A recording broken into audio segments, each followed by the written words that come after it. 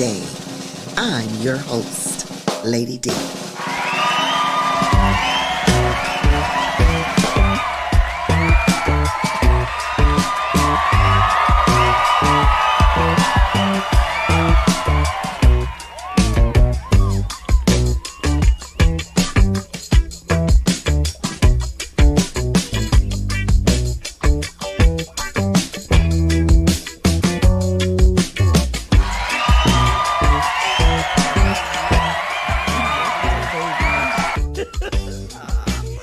My girl. Well, welcome to What's Going On with Lady D today, and I'm your host. Today we have a wonderful guest in the house, Mr. Lawrence Lane, the man with the plan. He is running for City Council President of Maple Heights. Welcome to our show. Thank you. It's my honor. You know that, don't you? You are the man with the mighty plan. And, you know, this is truly very welcoming for our community to have someone to come in with a plan. But before we jump into your plan, I would like for you to tell our listeners a little bit of something about Mr. Lawrence Lane. Well, first and foremost, because I start every day with thanking him, and I am a child of God. I couldn't do anything at all without him, so I have to say that first. I'm a husband, I'm a father, I'm a granddaddy. Oh, yeah, and my grandbaby got straight A's, okay? Shout out for grandbaby. Shout out for the grandbaby. But more than that, I'm a person that's passionate about helping others. Me and my wife, we've been on a journey with this life, and that's what we do. We help people. We do it quietly. We do it where, you know, a lot of people probably don't know about it, but it's something that I have a passion for. I enjoy our culture. I love business. I love it. Okay, and I think I've had so many businesses. A lot of them are still going on today. So it's rewarding to be at this point in my life where God has allowed me in a lot of rooms and to meet people like yourself, and of course, Baby D, your daughter. I call her Baby D. That's my girl. So he keeps putting people like you guys in my life that reassures me that I'm on the right path. Mm-hmm. Wonderful, wonderful. And you've been a blessing to the community. Thank you. You're over at Garfield Heights. Yes. And you have a business. Tell us about your business. Well, the business is a nonprofit that I founded back in 2021. What it was a need I felt was for individuals with intellectual disabilities. I hate to say disabilities, but what it is I have been in this field for the last 40 years where we provided different services and supports for a lot of my friends. Okay, and that's what I call my friends. Okay, it's something that I enjoy. We had founded at my father's house before this. That was an adult day center that was located on Emory in Richmond, and before that, it was Anna Curie Transportation. And these two entities that I had founded, it put me in touch with a lot of different people, and along this journey, I found a lot of people were having problems and hurting. God allowed us to be blessed financially back then, so we definitely shared it, and it opened doors for us to help other people, and that's what we've been doing since then. Now, Truth and Vision, it's really crazy because God keeps expanding my territory. I wanted Truth and Vision for individuals that have disabilities. However, it bloomed into something else. I now have after-school programs. I also, I'm the director of CARE. It's a senior program where we focus on trying to keep seniors in their homes by providing day-to-day services, such as something as simple as raking leaves, decluttering their garage, helping them with minor supports in their home, whether it's plumbing, electrical, or whatever. CARE is an organization that is founded by the county. I was honored that they asked me to be the director of that. I combined the Truth and Vision with CARE so that we can cover a lot of these areas for both entities. That is really nice Mm-hmm. because you're really, our seniors, they need, Oh, without a doubt. our seniors Especially need, now. and we have to take care of seniors because they've done their job. Exactly. Exactly. Okay? They've done their job. They've been supported. They've been there. They helped us get through to where we are today. You know, they fought for a lot of different rights and Correct. and things that were maybe not been at best, but they stood firm. You know, sometimes we don't always agree, but we can disagree. We don't always have to agree, but we can communicate. That's the beautiful part about being in this country. You have those options to agree, okay, where sometimes it's necessary to agree to disagree, okay? The whole focus should be about the purpose. Yes. If that's in your community, if it's your community, it should not be about you. It should be about that community. I find that politics now, and I never thought I would be a politician, okay? But I find the politics now are so selfish. They're so self-centered. They're not for the people. A lot of the politicians are not for the people, but then there are some that are. Right. But for a minute, let's talk about something. Maple Heights. Yes. You live in Maple Heights, don't I you? do. What do you think about Maple Heights? Well, you know, I moved over into the community from Shaker Heights, From Shaker. from Shaker, because I said my thing was I was going to get a home. Mm-hmm. And Baby D found the house. I know she did. And I've been fortunate to live on a very lovely street Mm-hmm. down the street from our mayor. Oh, great. Okay, Mayor Blackwell. Mm-hmm. And I had her as a guest on my show before I Okay. moved there. And I thought it was I love it. It's quiet, it's clean. We have good neighbors. People mind their business, but also we look out for one another. There you go. Okay, so that's what makes it very nice for me. That's good. And we have a lot of different businesses. And the mayor is constantly bringing more businesses are coming to our community. So I like it. See, and this is everything that you said. Now, let me tell you how I got to Maple Heights. I raised my family in Beechwood. Okay. Then we moved from Beechwood to Orange. Okay. I watched how Beechwood was very selective about how much they allowed other people to actually know what was going on in the city. They had little things that was, kept out of the paper, okay, by hiring a publicist or, some people to make sure their image stayed intact. My point is this. A lot of our communities, whether it's Beechwood, Solon, they're very, very similar. Okay. So when you say a certain area is different, that's not always necessarily so.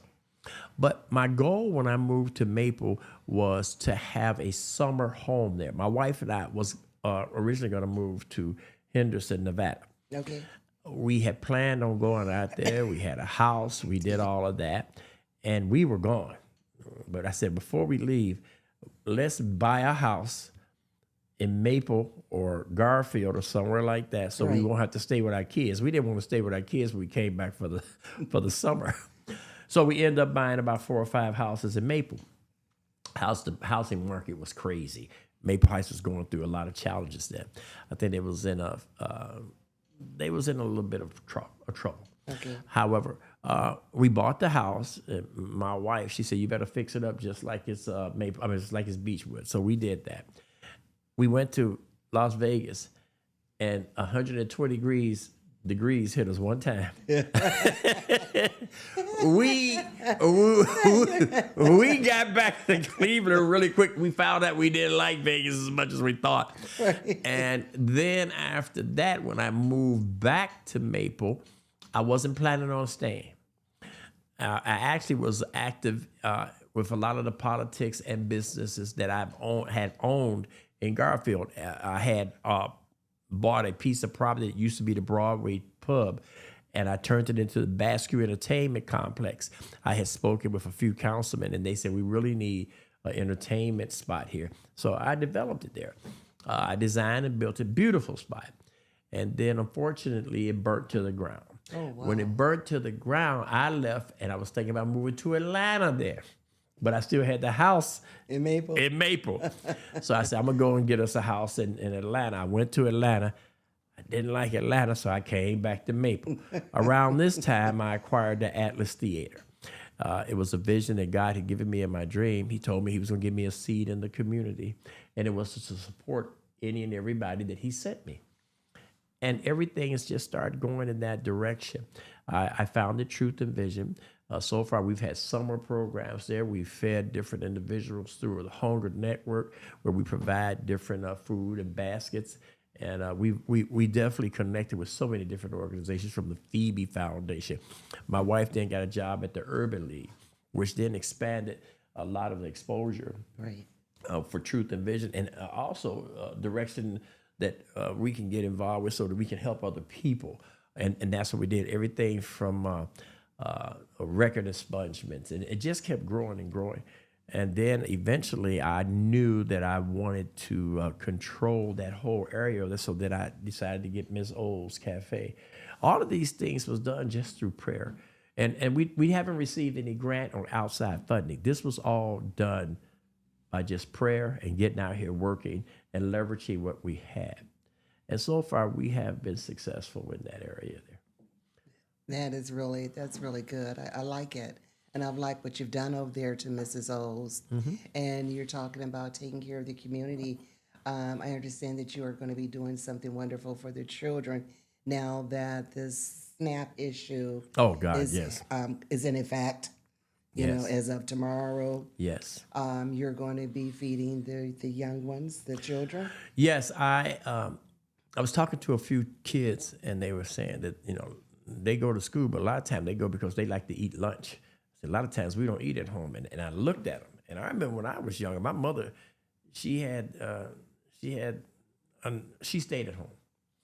And while she stayed at home, I used to go home to get lunch. Right. And it touched my heart. So I asked my wife, I've been married 35 years, so I have to ask her first. I said, babe, what you think about starting a program where we provide hot meals after work? After school. And she said, I think that's a brilliant idea. I knew she would say that anyway, but Right. anyway, so that's what I did. I started that. And then we're having a benefit concert actually this weekend. And I like to invite everybody within the sound of this television station. You're welcome to come and bring canned goods. That's what the cost of it is. Canned goods or food, because we're going to create baskets for Thanksgiving for some of the people that are affected by the SNAP program no longer being available. The goal is to support and help and try to grow our community. I'm not a fan of some of the things our federal government is doing, but I'm not going to talk about that here. Right. But what I would like to say to our community is, when you see situations like that, that's a time you surround that situation.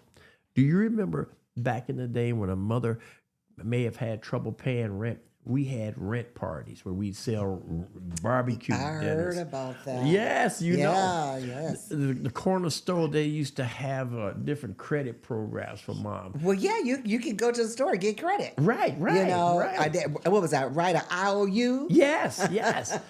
That's what communities are about. I mean, and everything that you had was in that community, where that dollar circulated around that community. I remember those times. I don't see them a lot now. And that's one of the reasons why we are running, I am running for council president. I was speaking with Mayor Blackwell, and this woman just keeps going and going. And right now she was telling me that there's so many people out here hurting. You know, a lot of our monies come from the property taxes, a little comes from the business. All of these resources we need. Okay, and legislation needs to be written when you are on council that's going to help provide these services for our community. Right now, if I'm not mistaken, there's somewhere around a $10 million lax in some of our property taxes. People, they can't pay their taxes. Right. And I remember talking to her, and she said, I have to find a way to get some of these people on programs. Mayor Blackwell is truly concerned about the community. I mean, every time I talk to her, she's always talking about where she has to go to provide different services that's going to help that city of Maple Heights. Right. And that's one of the reasons why I chose to jump in here with her, because I know that she needs to help. And one thing that really got to me too, you got to remember something. This is a female. Yes. The first female mayor in Maple Heights. Yes. She has, oh my God, she's done more than just about any other individual I see on that wall that's been mayor. That's amazing to me. Yes. And I'm so proud of the fact that she's a black individual, a black female. I think that's beautiful. Not that any culture could not do it, but Right. she did it. Yes. And Yes. the problems that she's having, Yes. I don't think that she deserves it. I don't think so either. You know, I read about certain things and I was just so taken back. I know the politics and all Right. the crap that goes on, you know, but people today, we've got to stop this going back and forth, bickering, you know. How do you set example for your children if this is how you carry on as a politician? And then you wonder why the children in the neighborhood are the way they are because they see what you do at home and they overhear your conversations talking about, you know, your fellow man. Correct. You know, we've It's got called to problem solving. we've got to come up with better solutions, you know, and probably take your emotions Out of it. Out of it. Yes. Let's get rid of the emotion thing so this way maybe we can think a little better, see a little clearer, put the shoe on the other foot. Completely. Okay? So now I'm going to ask you, now you've already kind of touched over what inspired you to do this because you've seen the things and the changes that's gone on. What would be the first issue that you would tackle if you're selected? One of the things that I would like to do is to take the first year to make sure that I understand what is needed. See, you have to listen in order to create a solution. I think a lot of people, they come in there and they push their own agenda, not paying attention to what's needed in your community. It's just like any other business that you go into. You first have to understand SWOT, you know, strength, weakness, opportunities. What's the threats going on here? And that's what I would look at. I would look at those things. The next thing that I would do is to make sure that I align with what the city needs are. Not what the mayor needs, what the people of Maple Heights could benefit from. And there's quite a few things. But luckily, the mayor and I, we are alone. I mean, we agree that these things are needed. The mayor definitely, without a doubt, she wants to provide something for the children in this area. But a lot of people do not realize it takes tax dollars. You just can't jump out here and do a rec center Right. because it sounds good when you're running. There's a lot of things that goes into developing a rec center. You got to be able to pay salaries. You have to be able to keep the building up. And then you got to make sure that there's businesses that will allow that to be maintained. So you have to make sure that you first understand the politics of the city, the business of the city, in order to be effective. So that's what I would do. I would take the time to find out what's needed. And then I would choose that battle. Another thing that I would do, I would work with every single council person to try to quiet this craziness that's going on. Yes. I would definitely try. Right now, if we go to a council meeting, that council meeting lasts way too long.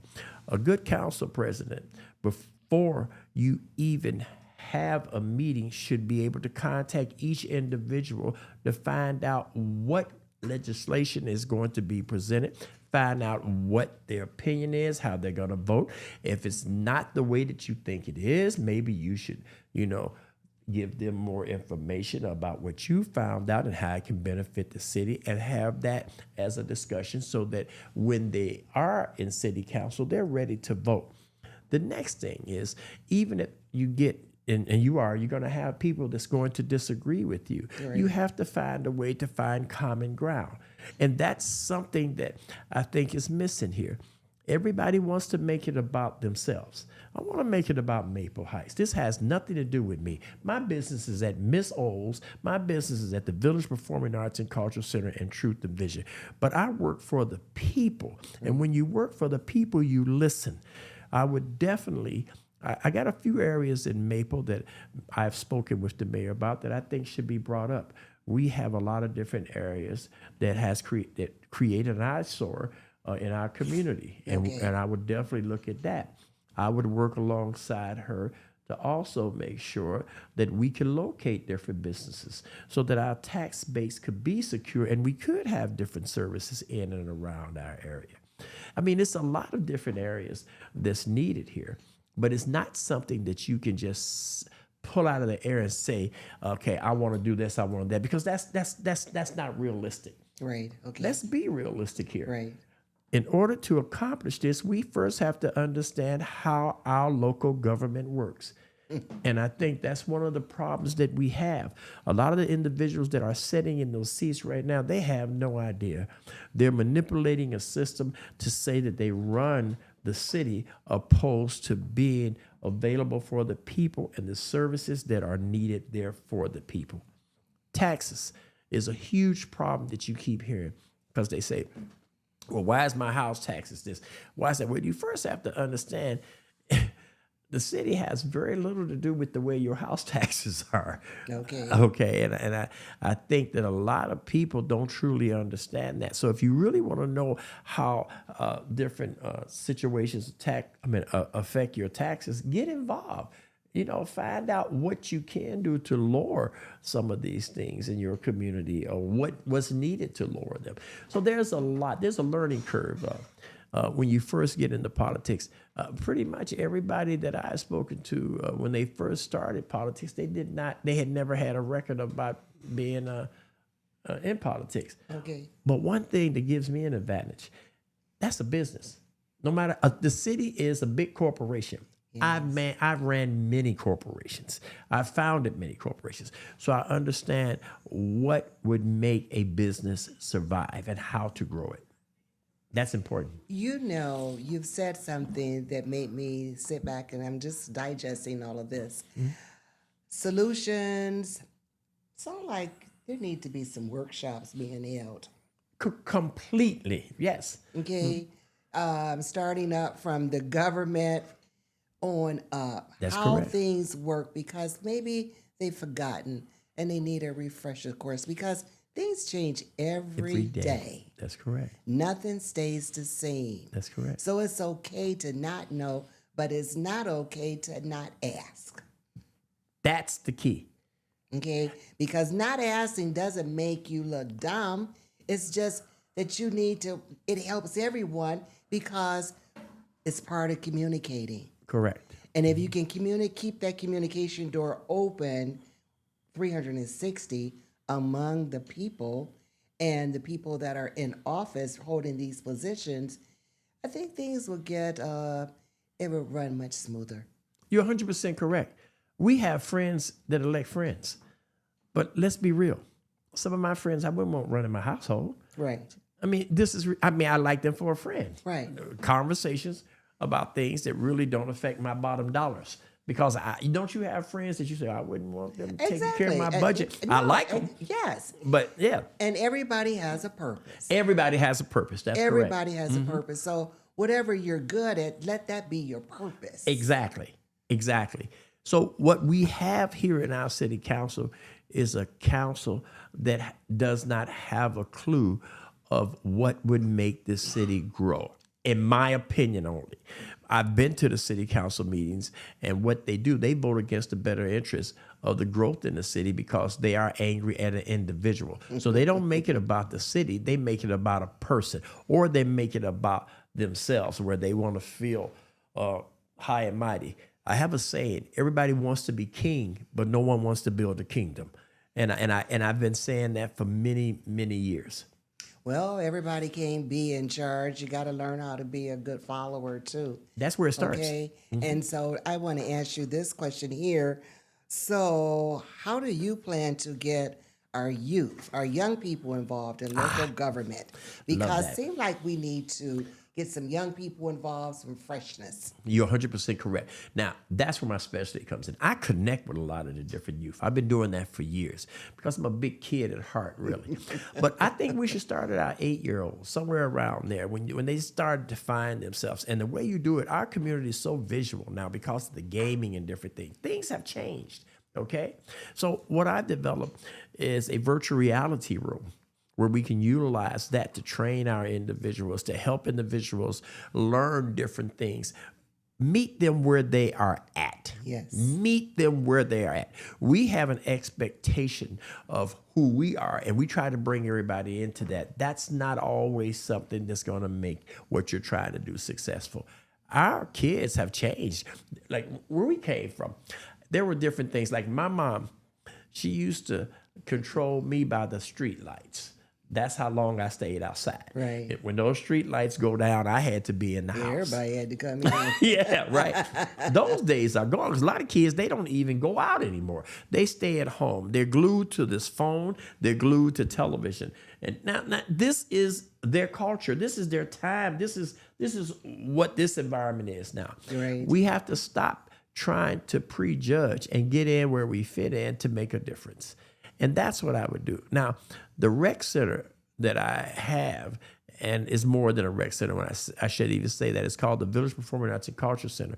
We cover so many different bases and areas. We go from seniors to youth, after school programs where we would teach with reading lab, but we would start with the visual, even down to debate clubs, plays to help teach individuals what and how the systems are working.